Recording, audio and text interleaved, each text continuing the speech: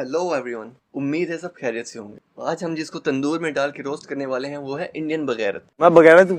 इसको आप लोग तो नहीं जानते होंगे, इसको तो अपने मोहल्ले के लोग नहीं जानते। ये बंदा यूट्यूब पे इस्लामिक स्कॉलर की वीडियोस पे रिएक्शन वीडियो बनाता है। वैसे इसकी इतनी औकात नहीं है कि मैं इस पे वीडियो बनाऊं, क्योंकि इसके अपने 5,65,000 सब्सक्राइबर में से 2,000 भी इसकी वीडियो देखना पसंद नहीं करते, और उस पे भी इसको बराबर लानते मिलती रहती हैं। और जिस वीडियो पे ये रिएक्शन दे रहा है उस पे 6.5 लाख से ज्यादा व्यूज और 6,000 से ज्यादा लाइक्स हैं। इसके जैसे बंदे को तो हम छोटे बच्चों की टट्टियों वाले कच्चे धोने के लिए रखते हैं, लेकिन लानती बड़ा हो या छोटा लानत भेजते रहना चाहिए।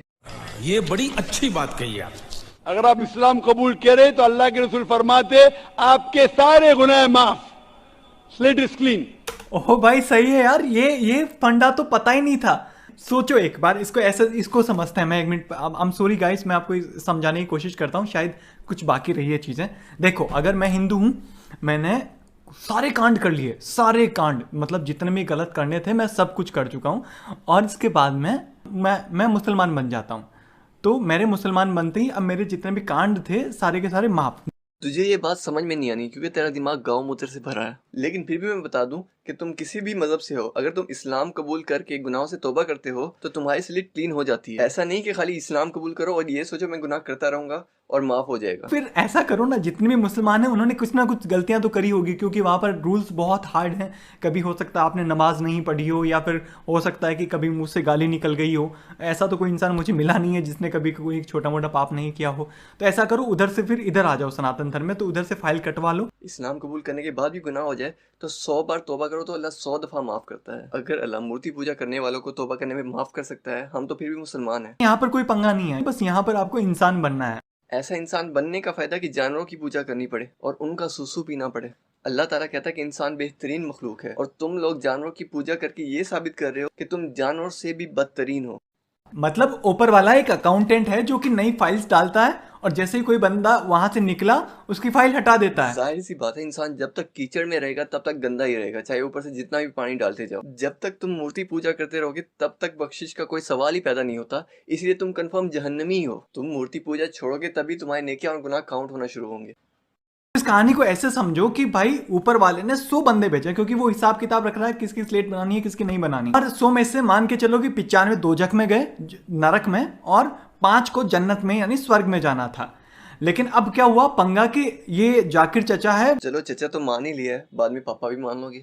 ये जाकिर चचा है, वो एजेंट है उन। देखो ये 5 आदमी मेरे आदमी हैं, मैंने इनको इस्लाम में लेकर आए।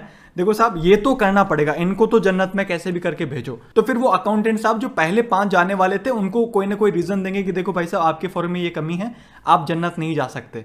और जो दोजक जो है वो तो पहले ही फुल हो गया है, तो आपकी जगह ना जन्नत में है ना दोजक में है।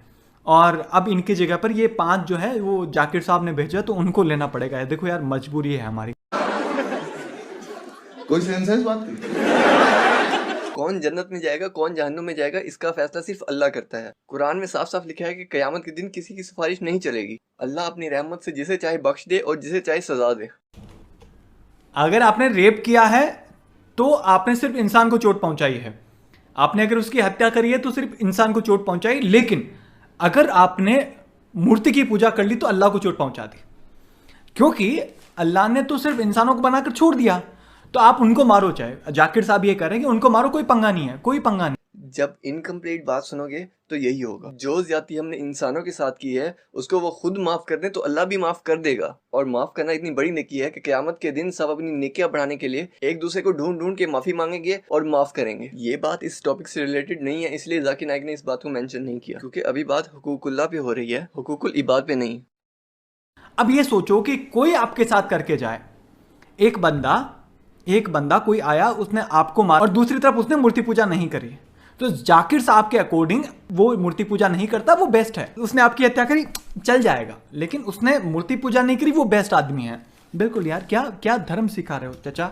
जो इंसान गुनाह करता है लेकिन मूर्ति पूजा नहीं करता, उसको सजा के बाद कभी ना कभी जन्नत मिल ही जाएगी। लेकिन जो शख्स मूर्ति पूजा करता है वो कुछ भी कर ले, वो हमेशा जहन्नुम में ही रहेगा। उस ईश्वर, उस भगवान की कोई प्रतिमा नहीं, कोई अक्स नहीं, कोई पिक्चर नहीं, कोई पेंटिंग नहीं, कोई फोटोग्राफ नहीं, कोई बुत नहीं, कोई मूर्ति नहीं, तो साफ तौर पे तो भाई साहब मुझे एक चीज समझाओ, जब हिंदू ग्रंथों में, सनातन धर्म के ग्रंथों में इतनी अच्छी अच्छी बातें लिखी है, तो फिर आप लोग भी सनातन धर्म में आ जाओ। जब आप प्रूफ दे रहे हो कि सनातन धर्म में ये बातें लिखी हुई, तो फिर आ जाओ ना यार, आ जाओ। गॉस्पेल, जिसको हम इंजील कहते हैं, उसमें भी अच्छी अच्छी बातें लिखी हैं। इसका मतलब ये तो नहीं कि हम क्रिश्चियन बन जाए। हम मानते हैं कि इंजील अल्लाह की किताब थी, लेकिन वो पिछली शरीयत के मुताबिक थी। हजरत मोहम्मद सल्लल्लाहु अलैहि वसल्लम हमारे लिए नई शरीयत लेके आए हैं, और जब भी कोई नई शरीयत आती है, पिछली मनसूख हो जाती है। हमारे यहाँ पर कोई पंगा नहीं है। मैं पहले ही कह चुका हूँ, आप यहाँ पर विष्णु की पूजा करो, आप यहाँ पर भगवान शंकर की पूजा करो, आप यहाँ पर राम की पूजा करो, आप यहाँ पर कृष्ण की पूजा करो, कोई टेंशन नहीं है, कोई टेंशन नहीं है। वहां पर तो अल्लाह कहता है कि भाई साहब मेरे अलावा अगर आपने किसी और मूर्ति को भी पूज लिया तो भाई आप शिरक हो गया। और यहाँ पर कभी भगवान राम ने नहीं कहा कि भाई आप कृष्ण की पूजा नहीं कर सकते, या फिर कृष्ण ने नहीं कहा कि आप हनुमान जी की पूजा नहीं कर सकते। आपकी जिसमें आस्था है, जिससे आपको मोटिवेशन मिलता है, उसकी आप पूजा करें। इसीलिए तो तुम्हारे मजहब का कोई एतबार नहीं है। ये सब जो इंसान थे, इनको तुम लोगों ने भगवान बना दिया है। इंडिया में तो अमिताभ बच्चन की भी पूजा की जाती है। बाद में इसके नाम से मनगढ़ंत कहानियां बना लोगे और कहोगे कि ये भी भगवान है। अगर आप मूर्ति पूजा करते हो तो भी आप सनातन धर्म में हो, अगर आप मूर्ति पूजा नहीं करते हो तो भी आप सनातन धर्म में हो, आप हिंदू धर्म में हो। आपकी जो मान्यता है वो करो। हम नमाज पढ़ें तब भी मुसलमान हैं और ना पढ़ें तब भी मुसलमान हैं। हम इस्लाम के दायरे से तभी निकलते हैं जब हम अल्लाह के अलावा किसी और को खुदा माने। मुझे एक चीज बताइए, हम भगवान अल्लाह को एक कैमरा समझ लेते हैं, उस कैमरे की नजरों में हम सब हैं, तो क्या उस कैमरे की किरणें हम सब पर नहीं पड़ रही? मतलब उसका कुछ ना कुछ अंश हमारे ऊपर अभी है जो हमारा ध्यान रख रहा है। मतलब वो भगवान जो है वो सर्वव्यापक है, वो चारों तरफ है। तो क्या वो पत्थर में नहीं है? मूर्ति पूजा गलत हुई होगी, लेकिन बात वो भी तो है ना कि उस मूर्ति में भी भगवान है। अल्लाह सिर्फ सातवें आसमान पे मौजूद है। अल्लाह को हमें देखने के लिए जमीन पर आने की जरूरत नहीं है। ऊपर वाला कभी नहीं कहता कि आप मूर्ति की पूजा, वो ये जरूर कहता है कि अगर आप गलत देवताओं की पूजा करते हो। अल्लाह ने खुद ये कहा है कि अल्लाह के अलावा किसी और की पूजा करना तो दूर की बात, सिर्फ खुदा मान लेना भी शिर्क है। कई जगह आप हिंदू की मजहबी किताब में लिखा है कि मूर्ति पूजा गलत है, तो क्यों आप मूर्ति पूजा करते? कहीं नहीं लिखा कि मूर्ति पूजा गलत है, कहीं नहीं लिखा। बस उसमें यह लिखा हुआ है कि उस प्रभु की, उस ऊपर वाले की, उस भगवान की कोई प्रतिमा नहीं है, उसका कोई अक्ष नहीं है। अगर नहीं है तो मूर्ति किसकी बनाते हो? अगर तुम्हारे भगवान ये चाहते कि तुम मूर्ति पूजा करो, तो वो ये बात क्यों कहते कि उसकी कोई प्रतिमा नहीं है? या तो कह दो ये बात तुमने खुद से लिखी है। लेकिन वहां पर यह भी तो लिखा हुआ है कि जब कभी भी धरती पर अधर्म होता है तो उस अधर्म के नाश के लिए प्रभु आते हैं, स्वयं आते हैं। तुम्हारे भगवान में इतनी ताकत नहीं कि वहीं बैठ के सब रोक सके। हमें तो अल्लाह ने पहले ही बता दिया कि जमीन पर ये फितना होगा और उस फितने से हमने खुद बचना है। जाकिर नाइक साहब, जब इतनी फैसिलिटी दे रहे हो तो मुझे एक चीज बता, एक गैर मजहबी बच्चा बता दीजिए जिसको आपने 2 पैसे दिए हो कि भाई तू पढ़ाई कर। गैर मजहबी तो छोड़िए, चलिए आप ये बता दीजिए कि कितने मुसलमानों को आपने हर महीने 10-10 हज़ार रुपए दिए कि भाई साहब अपने बच्चों को पढ़ाओ।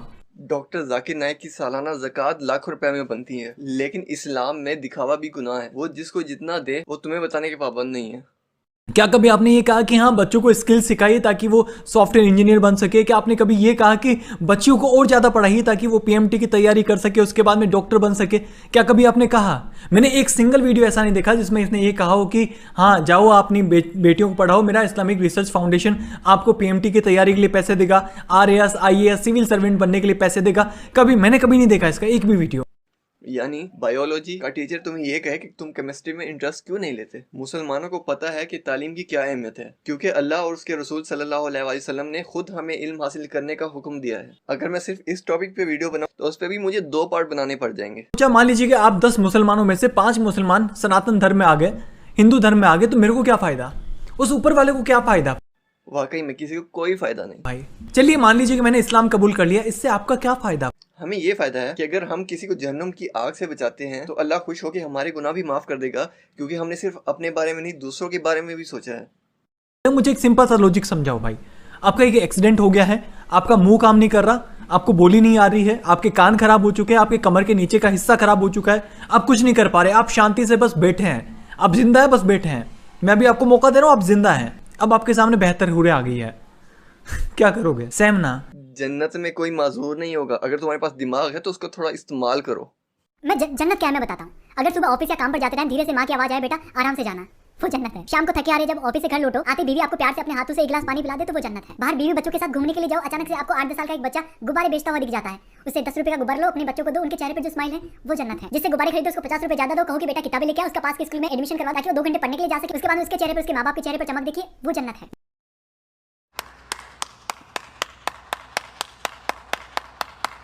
यहाँ पर किसी ने तेरा पॉइंट ऑफ व्यू नहीं पूछा, किताब का इल्म है नहीं और चला अपना पॉइंट ऑफ व्यू बताने। तो मैं मुसलमान बन जाता हूँ और इसका मतलब है कि मेरी जन्नत में जाने की गारंटी पक्की। तो एक काम करो ना, मुझे सारे जितने भी लोग हैं वो मुझे 10-10 हजार रुपए दो और फिर मैं आपको जैसे जन्नत में मिलूंगा वहां पर तो आपको दे दूंगा। ये कौम इतनी गरीब है कि हर बात पे किसी ना किसी तरह भीख मांगने पे आ ही जाती है। कुरान में लिखा है कि तुमने इस्लाम कबूल करके हम पर एहसान नहीं किया, बल्कि ये अल्लाह का तुम पर एहसान है कि तुमको हिदायत बख्शी। जो हम लोग मूर्ति पूजा करते हैं वो मूर्ति पूजा नहीं है। मूर्ति पूजा कुछ और है जिसके लिए समझने और समझाने की शक्ति भी आप और मेरे में नहीं है। जब लोगों के कमेंट्स देखे ना मेरे वीडियोस पर, मेरा खुद का दिमाग खराब हो गया भाई। इस्लाम क्या ये सिखाता है कि आप बदतमीजी करें? तमीज की बात तुम ना करो, क्योंकि तुम्हारा भाव जिसने किसी सड़क छाप को नहीं शाहिद खान अफरीदी को गालियां दी हैं, लेकिन हमने ये नहीं कहा कि तुम्हारा मजहब तुमको ये सिखाता है, क्योंकि हमें पता है कि कोई गलत काम करता है तो ये उसकी अपनी बेगैरती है, मजहब का इससे कोई ताल्लुक नहीं है। लिखते टाइम थोड़ा सा सलीका रखा करो। मैं कोशिश करता हूँ कि मैं बोलते टाइम थोड़ा सलीका रखूं, तो आप लिखते टाइम भी रखा करो। जाहिर सी बात है, जब इंसान लानती हो तो लानते तो पड़ती ही हैं। कुरान में साफ लिखा है कि इसमें अकल वालों के लिए निशानियां, लिहाजा ये तुम्हारी समझ में बात नहीं आएगी। गाइस, अभी मैंने इसको सिर्फ हल्का फुल्का जवाब दिया है। ये टॉपिक इतना लंबा है कि हर बात पर अलग वीडियो बन सकती है, लेकिन मेरे पास इतना टाइम नहीं है कि इसकी फजूल बातों पर अलग वीडियो बनाता फिरूं। अगर आप भी इस पर लानत भेजना चाहते हैं तो मेरी वीडियो को लाइक करें। 1 लाइक = लाख लानत। और मेरा सब्सक्राइब बटन भी उससे से लाल हो गया, इसको ठंडा करें, और अगर ये ठंडा हो जाए तो बेल बजा के बता देना। मैं मिलूंगा आपसे नेक्स्ट वीडियो में, तब तक के लिए अल्लाह हाफिज। मैं बगैर तू मैं बगैर तू मैं बगैर तू मैं बगैर तू मैं बगैर तू मैं बगैर तू